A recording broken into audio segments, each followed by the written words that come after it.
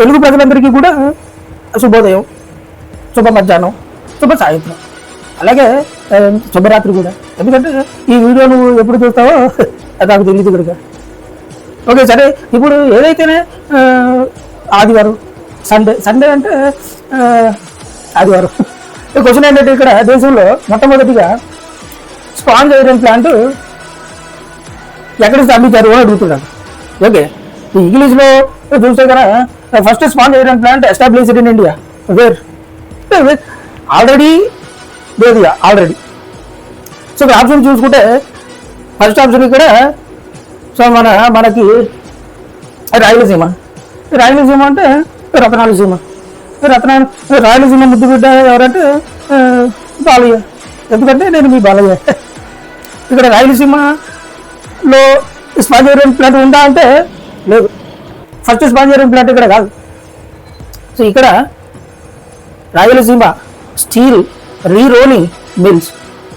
రాయలసీమలో ఏముందంటే, రాయలసీమలో స్టీల్ రీరోలింగ్ మిల్స్ అనేవి ఉన్నాయి, కానీ రాయలసీమలో మొట్టమొదటి స్పాంజ్ ప్లాంట్ కాదు.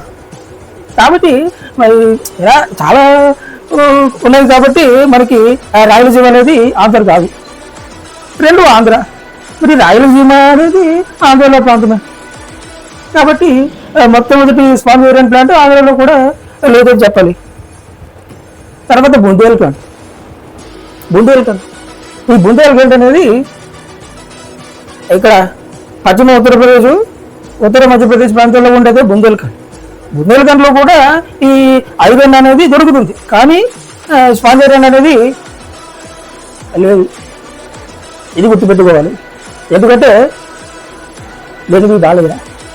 కాబట్టి బుందేల్ఖండ్ కూడా కాదు. మరి చిట్టచివరిగా తెలంగాణ. మరి తెలుగు ప్రజలు అందరూ కూడా ఆంధ్ర, తెలంగాణ ఈ రెండు రాష్ట్రాల్లో తెలుగు ప్రజలు. మరి తెలంగాణలో భద్రాద్రి కొత్తగూడెం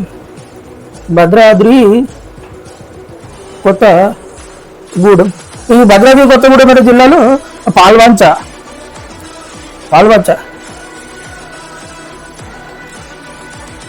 ఈ పాల్వంచ అనే ప్రాంతంలో మొట్టమొదటి